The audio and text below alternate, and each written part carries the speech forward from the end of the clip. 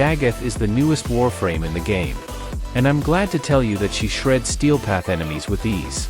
She have crowd control, a pocket arcane energize, armor strip and critical damage buff. Hello Tenno, this is Mulgarath Plays. We are back again with another build guide tutorial. In this video I'm going to show you a simple build that will make Dagath an active and fun Warframe to use in your Warframe journey.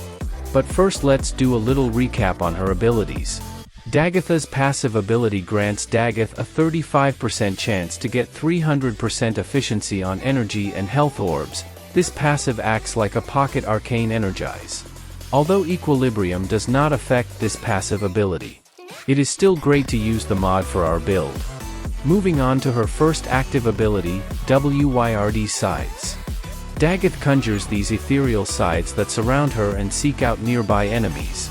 When these scythes strike, they slow down the unfortunate targets and inflict viral damage with a guaranteed status effect. But that's not all, they also spread doom and extend its duration. Speaking of doom, it's her second active ability. With this power, Dagath condemns her nearby enemies to their doom. What makes this ability really interesting is that a portion of the damage Dagath deals comes right back to her enemies, thanks to a Wyrd Scythe. Additionally, these poor souls suffer viral damage, making it a formidable ability to have in your arsenal. Now, let's talk about Grave Spirit, Dagath's third active ability. This ability supercharges her weapons, giving her extra critical damage. What's really neat about this is that the effects are doubled when used against doomed enemies. Not to mention, she can briefly assume a spectral form to escape fatal blows, just like Wukong's immortality. However, Dagath's immortality does not have a limit like Wukong because Dagath can recast this buff 25 seconds after Dagath's used her spectral form. Which means with enough survivability, you can make Dagath almost immortal by utilizing her buffs and last but not least, Dagath's ultimate ability, Rakali's Cavalry. When she activates this power, Phantom Kythes charge forth, inflicting viral damage upon all in their path. But what's even more impressive is that their attack strips the defenses of doomed enemies. This ability can turn the tide of battle and secure your victory. However, this ability consumes a lot of energy, and when I say a lot, I mean a lot. This ability takes 100 energy per cast with 30% armor reduction at base power strength. That is why we will be replacing this ability with Hildryns Pillage. This ability lets us armor strips enemies around us while replenishing our shields. With this ability we can utilize the new shield gating mechanics due to us having 1450 shields after the delay shield replenishes from pillage. This is a great synergy because the 2.5 seconds invulnerability will be useful and provide us plenty of time for us to replenish our shield with pillage. And if that's not enough, our second ability is there to give us a free get out of jail card every 25 seconds. For our Dagath build we have brief respite for the additional energy to shield conversion. This will be partnered up with augur mods in our secondary weapon. This is necessary because we want to replenish a bit of our shield to give us some kind of protection before the delayed overshield from pillage takes effect. Handspring for stagger recovery. Change this to primed sure-footed if you have one. I didn't put it in the build because as you can see I was short on forma. Umbral Vitality for the health and partnered up with Umbral Intensify for additional power strength and health. Transient Fortitude to bring our power strength to 200%. This is to ensure that our pillage will armor strip enemies with 2 casts. And to boost our critical damage buff and the slow from our first ability. Primed Continuity to counter the negative effect of Transient Fortitude. Adaptation is there to give us another form of survivability, giving us up to 90% resistance to certain damage types. Primed Flow so we can utilize our passive and equilibrium because we will utilize the synth mods on our companion. Stretch just for additional range for our pillage and doom. For the arcane I used an Arcane Reaper for the bonus armor and Molt Augmented. You can change Molt Augmented for Energize or any other arcane you want. This is just here because I just want more slow and damage redirection for my first and second ability. Now for the primary weapon build. We will use the Nukor, a deadly bow that can be acquired after you finish the new war quest. Now onto the build. galvanized chamber and vigilante armaments for additional multi-shot. Galvanized scope, critical delay and vital sense for the critical chance and critical damage increase. We want this for our Nukor because the Nukor has a high base critical chance and damage, and by putting these mods, we can maximize the damage output we produce. Galvanize amplitude for the status chance and gun CO. Vigilante fever for the fire rate increase to counter the negative effect of critical delay. Since we are using the Nukor, we still need a decent fire rate but not too much because we would want to hit perfect shots and not fully charged shots. The Vigilante set is also great because it gives our weapon an additive critical chance. And lastly, we put Hunter munition for the slash proc since we would be consistently be critting. We would be proc ing/status effects that will deal a lot of damage. Terminal velocity for the projectile velocity since bows suffers from slow projectile speed.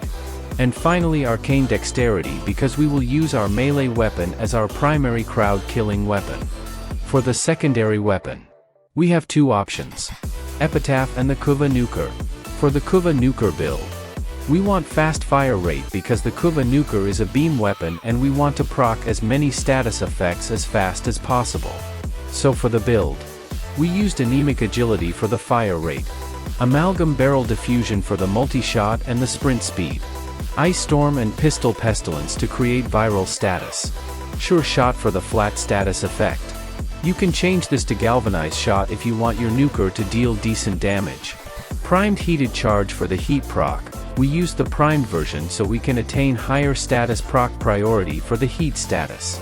Augur secret so our status effect that we inflict will last longer. And Augur pack just so we can pair two Augur mods to improve our energy to shield conversion. Pistol ammo mutation mod is there for our ammo management. And the arcane dexterity for the combo duration. For the epitaph build, barrel diffusion for the multi-shot, pistol pestilence and frostbite to proc viral effect. This is due to the fact that we would not consistently proc 10 instances of viral effects with our skill. However, if you want to, you can change the frostbite into jolt to proc corrosive status effect. This goes with the Kuva Nukor as well. Primed fulmination is there to increase the blast radius of our quick shot. This is important because we want to hit many enemies at once. Augur pact and Augur seeker for the status duration and Augur pact for the energy to shield conversion. Convulsion is there for another status effect so we can utilize our condition overload more effectively. Gunslinger for the faster fire rate and pistol ammo mutation for the ammo management. Dexterity for the combo duration. For our melee weapons, we also have two options. Dagath signature weapon. The dorrclave and the other weapons is the ceramic dagger incarnon. Firstly, let's talk about the dorrclave build. Conditional overload for the additive damage increase, weeping wounds and blood rush to boost our critical chance and status chance. This is why we use dexterity arcanes because we would want to maintain max combo counter all the time. Primed reach for the range increases because we want to hit many enemies. Organ shatter and sacrificial steel for the critical damage and critical chance increase.